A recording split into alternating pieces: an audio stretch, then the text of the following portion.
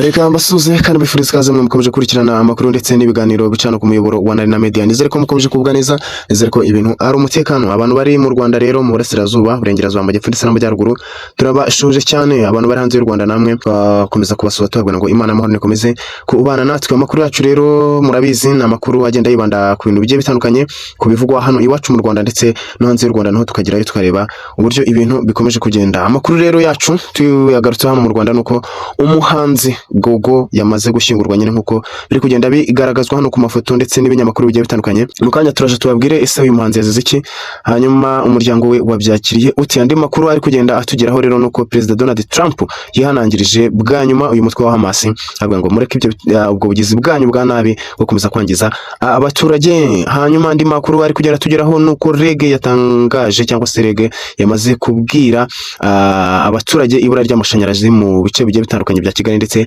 n'ibice by'iburengerazuba. Tugarutse rero ku makuru yacarambuye hano kabisa nuko umuhanzi Gogo wamenyekanye cyane kabisa mu ndirimbo za gospel yamaze gushyingurwa hano nkuko biri kugenda bitangazwa n'ibinyamakuru bigiye bitandukanye. Uyu muhanzi rero Musabyimana Gloriose akaba ariyo mazina ye nyine yarazwiho iwabo ndetse no mu irangamimerere akaba ariyo yarariho. Uyu Musabyimana Gloriose nyine wamamaye nka Gogo uheruka kwitaba Imana muri Uganda, niho yarari akaba ariho yitabiye nyine Imana biri kumvikana, akaba yamaze gushyingurwa kabisa hano iwabo kabisa biri kumvikana. Hano ni mu karere ka Rwamagana mu murenge wa Fumbwe mu kagari ka Munini, akaba yamaze gushyingurwa nkuko biri kugenda bitangazwa hano ku mafoto agiye atandukanye. Uyu muhanzi rero washinguye imitima ya benshi biri kumvikana, yashinguwe uyu munsi cyangwa se yashinguwe kuri tariki ya 8 Nzeri 2025, ndetse hakaba hari n'abahanzi batandukanye muri Uganda ndetse n'abahano mu Rwanda biri kumvikana. Uyu muhanzi akaba yaramaze kugenda akundwa n'abantu benshi, kikaba cyarigiye nyine cyo kubaho neza ko bigenda bitangazwa ko yagiyeho aba mu buzima bugiye butandukanye butari bwiza, akaba yarageze mu gihe rero Imana yari mutabaye ngo nawe abe mu buzima bwiza, ariko nyine bikaba bibaye ngombwa ko anitahira. Abantu benshi rero bakaba bagiye bakomeza batangaza se uyu muhanzi ni iki yazize iki, ariko mu byagiye bitangazwa biri official batangaje ko yazize indwara y'igicuri ngo yamuturaga hasi nkuko byakomeje kugenda bitangazwa. Hanyuma rero hakaba ari n'abandi bagenda batangaza ibintu bigiye bitandukanye. Hari ibinyamakuru bigiye bitandukanye byatangaje ngo ibintu bya Illuminati ngo yabaga mu matorero ngo ya Illuminati, ariko ibyo ntitubihamya kuko ntawe bizi neza. Twicyo tuzi neza nuko bagiye bamuba hafi, bagiye bavuga yuko uyu muhanzi nyine ngo yarwaraga indwara yo kwitura hasi, ariyo twatekereza ko ari igicuri, akaba ariyo yaranazize. Ibyo bibaho rero tuvuga ngo Imana imwakire mu bayo kandi ndetse n'umuryango we ukomeze nyine kwihangana nkuko bikomeje kugenda bitangazwa. Rero iyi mihango y'uyu Gloriose ikaba yagiye yitabirwa n'abantu bagiye batandukanye kabisa ryo mu itorero rya Anglikani, harimo abaperezida b'amakorari babo ndetse n'abandi bahanzi bari bamaze kugenda bakunda uyu muhanzi. Bo mu muryango wa Gogo rero Mukashyaka Denise yavuze ko bababajwe cyane n'urupfu rw'uyu muhanzi, ariko ibyo bishimira ari uko yapfuye nyine yishimye kabisa, ko yapfuye nyine arimo akorera Imana. Niyo mpamvu avuga ko yaba yapfuye yishimye, bavuga bati twebwe rwose nta kibazo niyigendera kuko ibyo nibisanzwe bibaho, turababaye yego, ariko icyo dushima kandi dushimira Imana nuko yapfuye arimo akorera Imana biri kugenda byumvikana. Undi rero bita Bikora Imana Emmanuel uzwi nka Bikem kabisa, wari umwe mu bajyanama ba Gogo biri kumvikana, ni bamwe bamufashije muri uburyo kugenda azamuka. Yavuze uburyo kabisa yavanye uyu muhanzi nawe mu Rwanda bakajyana muri Uganda, anavuga uburyo yarwaye n'uburyo byagenze, agenda bivuga byose. Aravuga ati uyu muhanzi kabisa yararwaye tumujyana mu bitaro, ariko turashima Imana ko yakomeje kugenda abwira abantu, ari nayo ndirimbo ya nyuma abwira abantu ngo nimwihane kabisa, babwira ati muve mu byaha mukorera Imana, kubera ko nyine igihe ni iki ngiki kugira ngo mukomeze kugenda mwakira imbabazi z'Imana. Uyu muhanzi rero Gogo cyangwa se wamenyekanye nka Gogo akaba yitwaga Gloriose kabisa, akaba yamaze kwitaba Imana afite imyaka 36. Tuvuga ngo Imana imwakire mu bayo nyine bibaho nta kundi kabisa. Tugarutse ku yandi makuru yacu hano ari kugenda avugwa, Perezida Donald Trump yamaze kwihanangiriza nyine aba bagabo, akaba yabihanangirije ababwira ati mureke ibyo bintu mubamo byo gukomeza guteza umutekano muke hano muri Israel. Perezida rero wa Leta Zunze Ubumwe za Amerika Donald Trump yongeye gusaba umutwe wa Hamas kwemera gahunda yo kurekura imbohe za Israel zafashwe nyine biri kumvikana hano muri Gaza. Perezida Donald Trump rero yasabye ko kabisa umutwe warekura abo bantu bafashwe mu gihe bateraga nyine Israel nayo ikaba yakomeje kugenda itangaza ivuga iti kabisa twebwe turemera yuko aba bantu bashimuswe mu gihe uyu mutwe wa Hamas waduteraga, ariko tukaba tuvuga ngo nibari kuri aba bantu batwe, kubera ko nibatabarekura bishobora kubagiraho ingaruka ndetse no kuba twebwe twarimbura aka gace ka Hamas kabisa. Israel ikaba yakomeje kugenda irakara ivuga ati twebwe ntabwo tuzigera tubihanganira mu gihe bataraduha abantu bacu bafashe. Biri kugenda byumvikana rero nyuma y'amasaha make Donald Trump yatangaje ibyo Minisitiri w'ingabo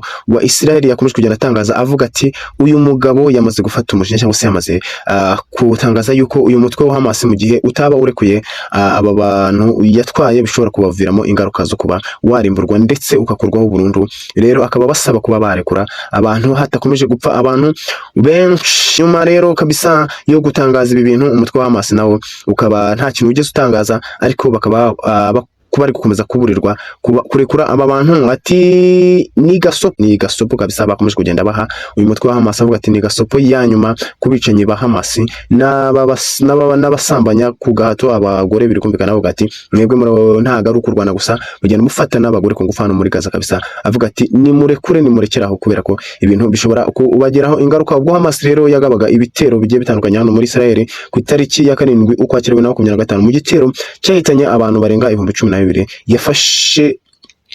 yafashe bugwate abarenga 250. Bitekerezwa ko kuri ubu kabisa hamaze kugaruzwa abantu bagera mu ijana, baba bagifite abarenga 50. nabo bakavuga ati rero abo bantu ni mubari kuri ko ni mutabarikura ibintu bishobora kuzababana bibi. Tugarutse kuri indi nkuru yacu rero kabisa, REG Rwanda Energy Group ikaba yamaze gutangaza ko hano ewana hari ibice bigiye bitandukanye byo mu Rwanda bishobora kuzabura umuriro. Akaba bari kugenda babwira ati rero kabisa mu byitegura hakiri kare, kuko ibice bigiye bitandukanye bya hano mu Rwanda bishobora kuzaburamo umuriro. Ibyo rero tubabwiye hakiri kare kugira ngo niba ari cyo mukura mu gikoreye, kandi bakakomeza kugenda bashishikariza n'abantu ko kwiye kabisa kugira ubundi bufasha bwa backup generator yo ishaka gufasha abantu mu gihe umuriro waba ugiye kugira ngo ibikorwa byabo byo guhagarara. Rero sosiyete nyarwanda ishinzwe ingufu REG yatangaje ko mu gihe gitoya mu minsi itandukanye hari ibura ry'umuriro mu bice bigiye bitandukanye. Biri kugenda byumvikana rero ku ruhande rw'intara y'Iburengerazuba ibura ry'umuriro cyangwa se ibura ry'amashanyarazi iteganyijwe ku itariki ya 9 Nzeri 2025 ubwo hazaba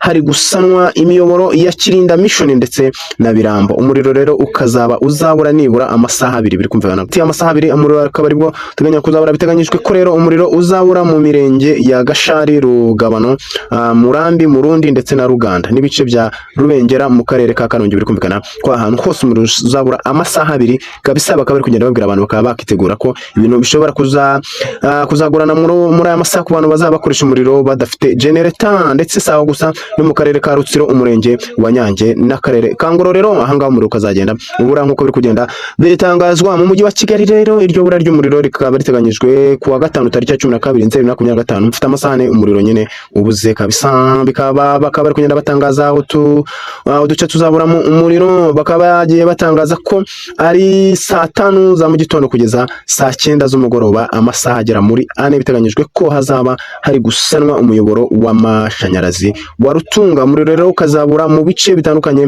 mu karere ka Gasabo nka Gikomero, Rutunga, Rusororo n'ibindi bice by'umurenge wa Ndera. Abantu bose rero basabwe kwitondera insinga z'amashanyarazi kuko umuriro ushobora kugaruka mbere y'amasaha yateganyijwe nkuko biri kumvikana.